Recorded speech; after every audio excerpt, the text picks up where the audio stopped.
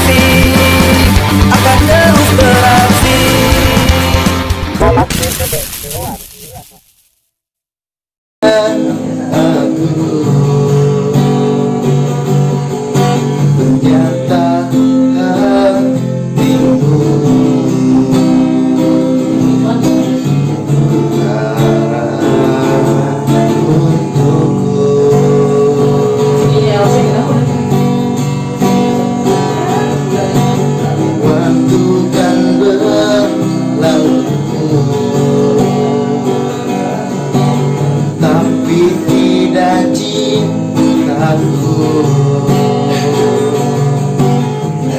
Yang mau menunggu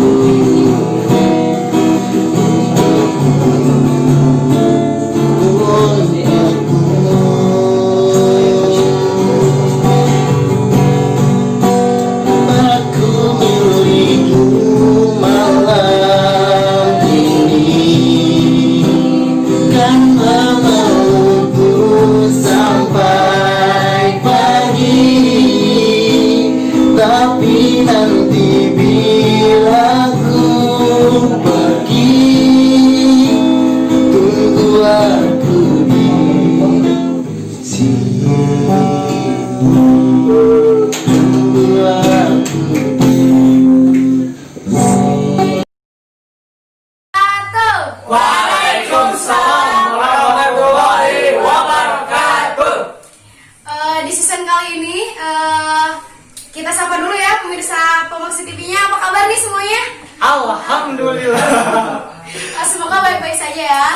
Di era yang di zaman yang dan keadaan yang seperti ini, mungkin kalian jam segini pada tidur ya atau gimana? Jam Karena berapa? hari ini hari apa sih?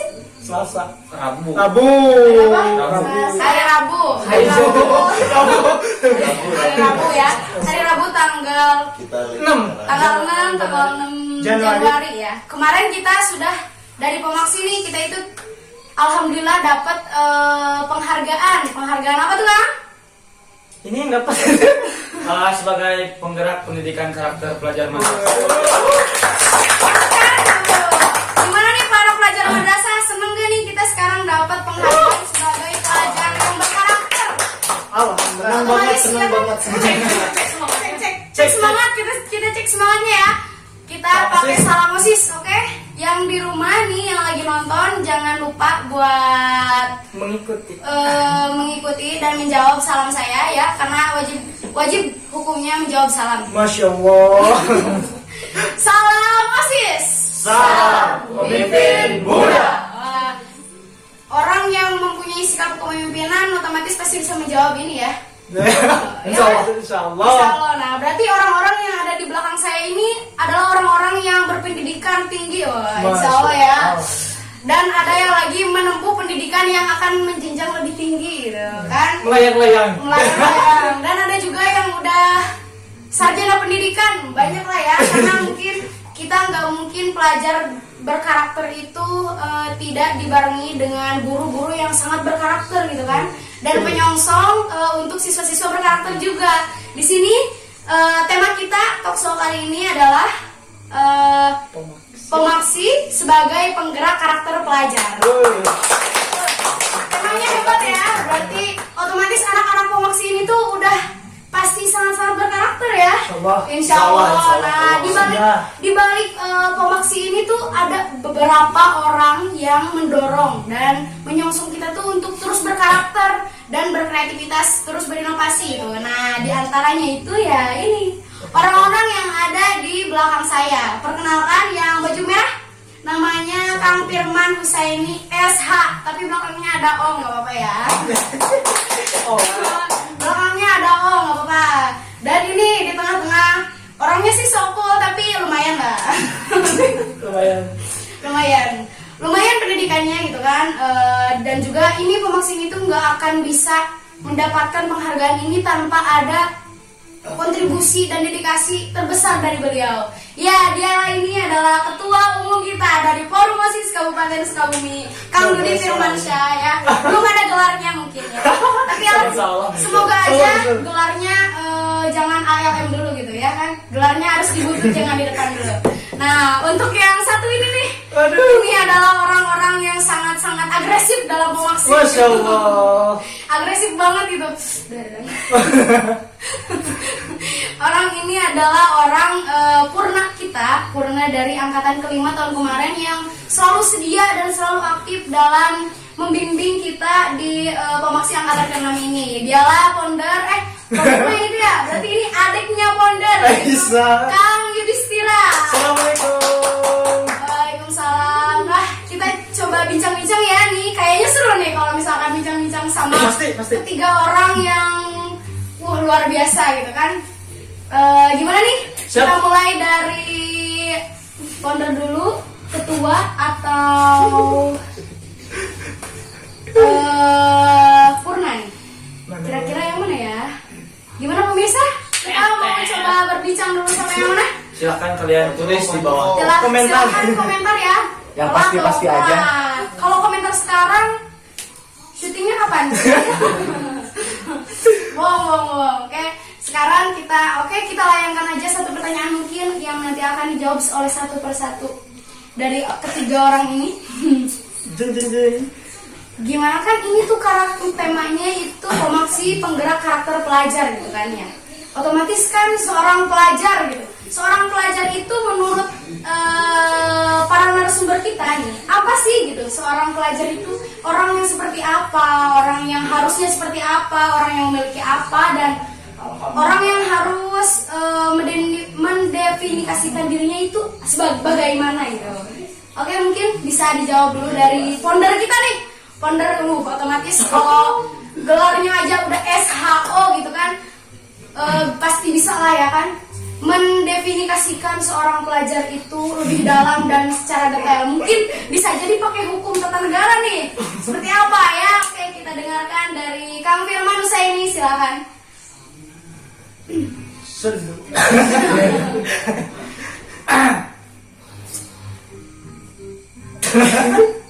Ya baik, terima kasih pertanyaannya yang cukup sulit untuk dijawab ya.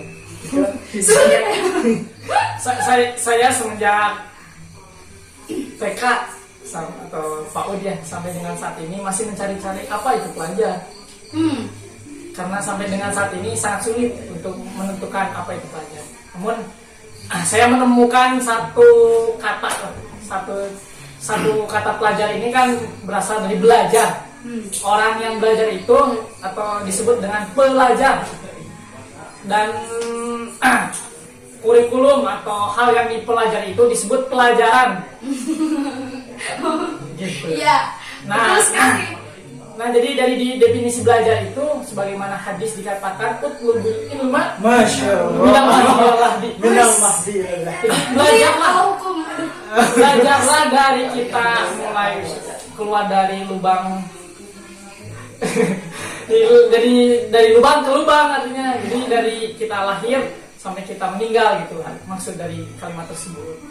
Jadi belajar itu tidak ada hentinya. Bagi seorang pelajar, belajar tidak ada hentinya. Mau kita sudah punya pekerjaan pun atau kita sudah mempunyai anak dan lain sebagainya, itu tetap belajar. Karena belajar tidak ada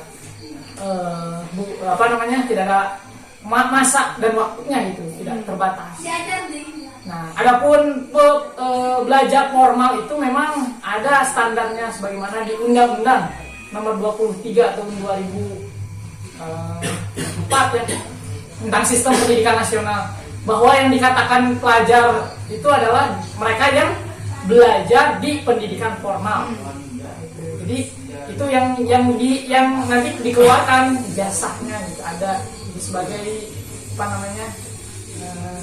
legal standing. Kebetulan saya juga sedikit banyak menganalisis tentang bagaimana pelajar dari tahun ke tahun. Jadi kalau saya bukan sarjana pendidikan, kebetulan saya sarjana hukum.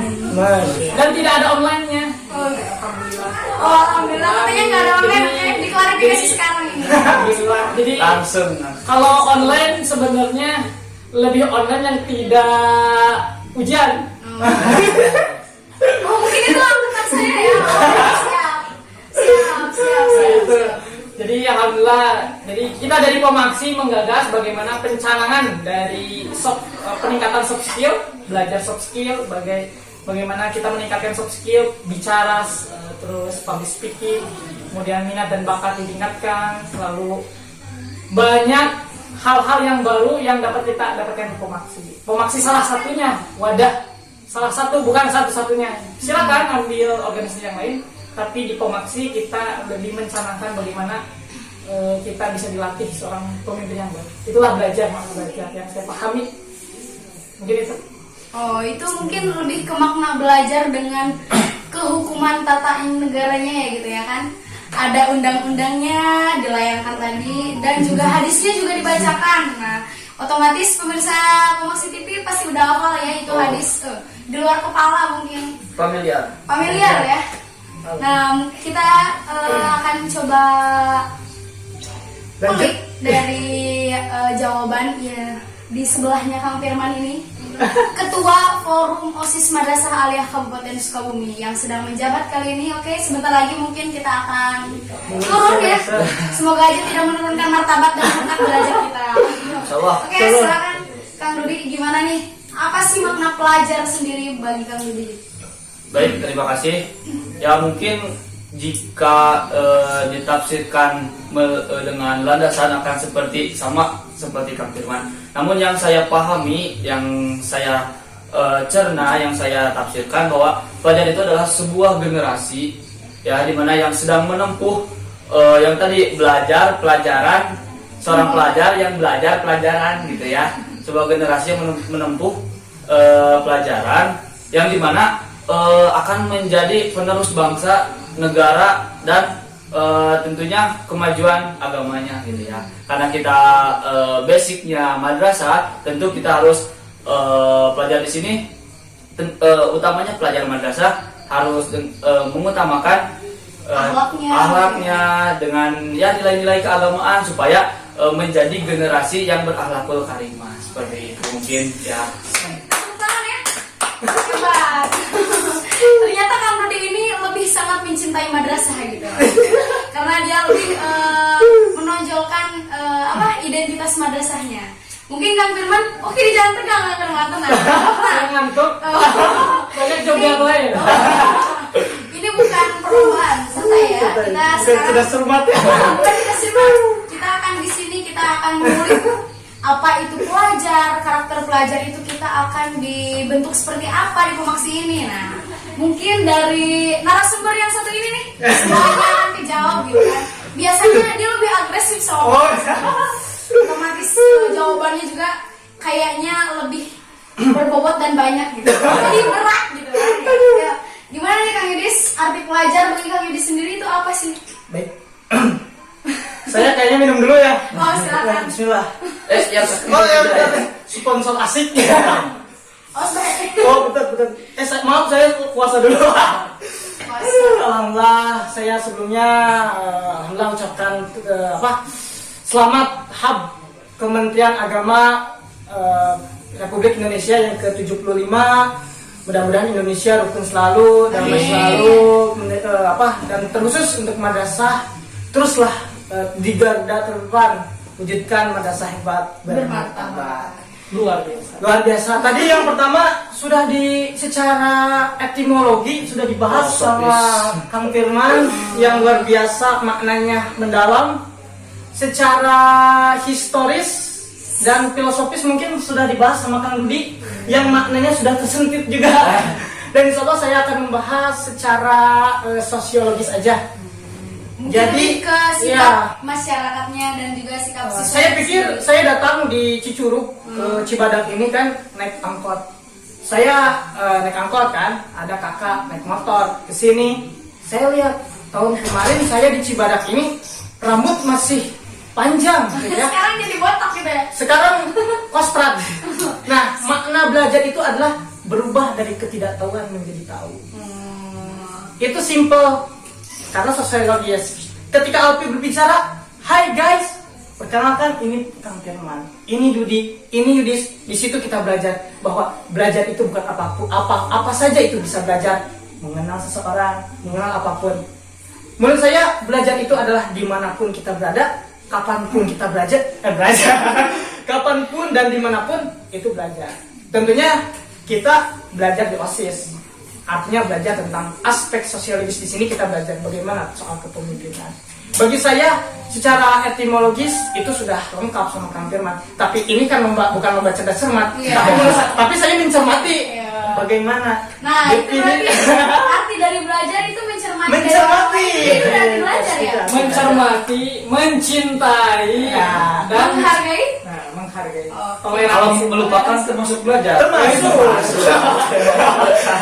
Ini tipe-tipe orang yang bisa melupakan. Ini mencintai tapi setia. Ini Saya setia tapi mencintai. Saya mencintai tapi melupakan.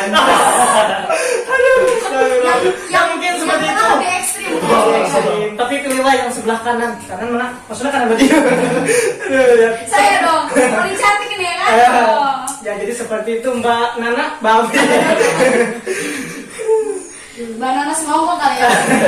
Oke nih kan, kita udah bahas nih arti dari pelajar itu sendiri kan. Berat sekali. Nih, pelajarnya itu menurut apa namanya? Menurut etimologisnya, menurut dari segi kebahasaan dan juga dari segi kemampuannya dibahas oleh Kang Firmannya, terus dari segi historisnya, dari segi apa namanya? Campuran.